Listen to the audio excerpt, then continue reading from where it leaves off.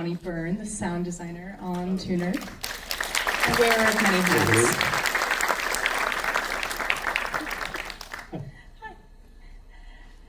I thought we could start off broadly. I mean, this is apt that we're talking to you on a film that is really based in sound.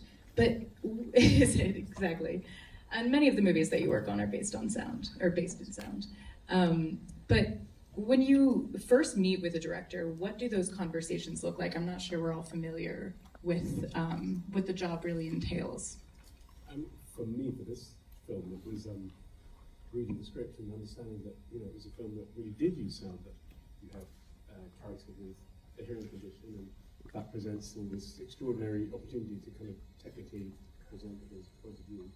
And then we discussed that with Daniel, and that the story uses sound in the way that it tells story as well. So the plot is based on sound, and then the story has a love story about people who are musicians in love as well. So, and then going in, because when you are going around listening to things, your brain basically tunes most of it out. You only focus on the things that are of importance, like the car that might run you over or something. But so it was interesting to then go and listen to recordings of New York, but out of the context of being there, and then see what the actual things are, because that's kind of what the film is doing, is it's presenting things that you would normally tune out in a kind of slightly more specific way.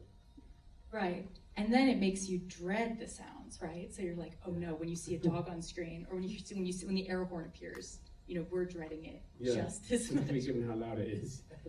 Totally, yeah. Yeah, we I mean, on that we definitely mixed it to be experiential, like with sound. It's interesting, some movies are about conditions where you are imagining what that condition must be like, but here, with the Dolby Atmos theatre, you can actually, to some degree, induce that feeling kind of. That maybe we wouldn't even notice, that they are sound based.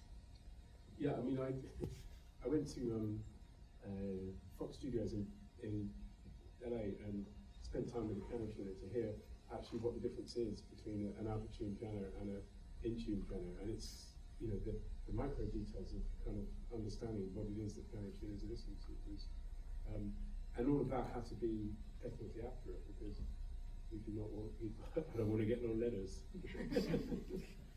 Well, yeah. Yeah, getting that right. And likewise, the lock picking, right? Like, Yeah. Did you all try and I was imagining you behind the scenes, all seeing if you could actually listen to figure out. Daniel gave me a lot of the safes and all the mechanisms of it, and so I was not very good at it, but I had a go. And Was anyone successful in picking a lock? No. Nobody. Well, not from my team anyway, but I mean. If anyone was going to be, I think it would be you, because you're the most attuned to Yeah, sounds. I would have thought. Yeah. Right.